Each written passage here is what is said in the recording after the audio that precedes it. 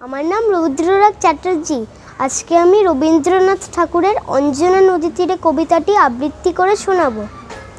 অঞ্জনা নদী তীরে চন্দনী গায়, পোড়ো মন্দিরখানা গঞ্জের বায়। জীর্ণ ফাটল ধরা এক কোণে তারি, অন্ধ নিয়েছে বাসা কুঞ্জ বিহারী। আত্মীয় কেহ নাই নিকট কি দূর, আছে এক লিচ কাটা ভক্ত কুকুর। আর আছে একতারা বক্ষেতে ধরে, গুনগুন গান গায় গুঞ্জন স্বরে।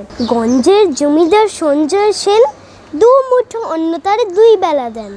সাতকড়ি ভঞ্জের মস্ত দালান, কুঞ্জ সেখানে করে প্রত্যুষে গান। হরি হরি রব ওঠে অঙ্গন মাঝে, ঝঞ্ঝনি ঝঞ্ঝনি খঞ্জনি বাজে।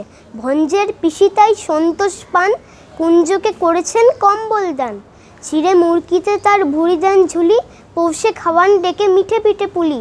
আশ্বিনে হাট বসে ভারী দুম করে, মহাজনী নৌকায় ঘাট যায় ভরে। হাঁকাহাঁকি ঠেলাঠেলি মহাসর গোল, পশ্চিমী মাল্লারা বাজায় মাদল। বোঝা নিয়ে মন্থর চলে গুরু গাড়ি, চাকাগুলো ক্রন্দন করে ডাক ছাড়ি। কল্লোলে কোলাহলে জাগে এক ধ্বনি, অন্ধের কণ্ঠের গান আগমনী। সেই গান মিলে যায় দূর হতে দূরে, শরতের আকাশেতে সোনার রোদ্দুরে।